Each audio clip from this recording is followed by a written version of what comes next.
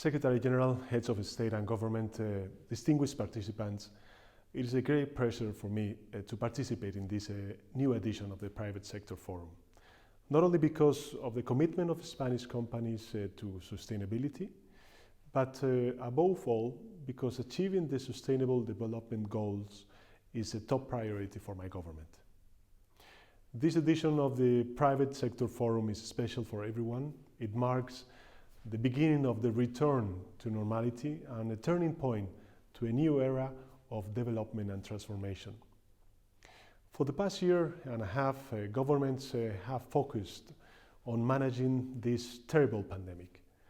Now that we glimpse its end, it is time to reflect on its impact and on the world we want to build. We have to rethink our way of life and our way of doing business to accomplish the Sustainable Development Goals. It is clear that the purpose of companies cannot exclusively be to maximize profits for investors and shareholders, but also to stand up to the values of inclusion, gender equality, decent work, and sustainability that society needs. During the pandemic, public-private partnerships have been key to providing supplies, protective equipment, and of course vaccines, showing that the mandate of the Global Compact is more relevant today than ever. If we want change at a global level, we need to involve the private sector. That is what we are doing it in Spain.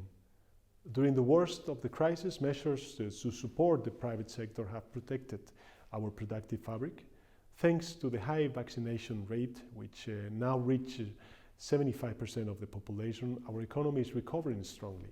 And now the European funds open a new economic cycle marked by public-private collaboration for the sake of sustainability, the fight against climate change, digitalization, and the reduction of inequalities, with special attention to gender equality, since a fair recovery is the only way to a rapid and lasting progress.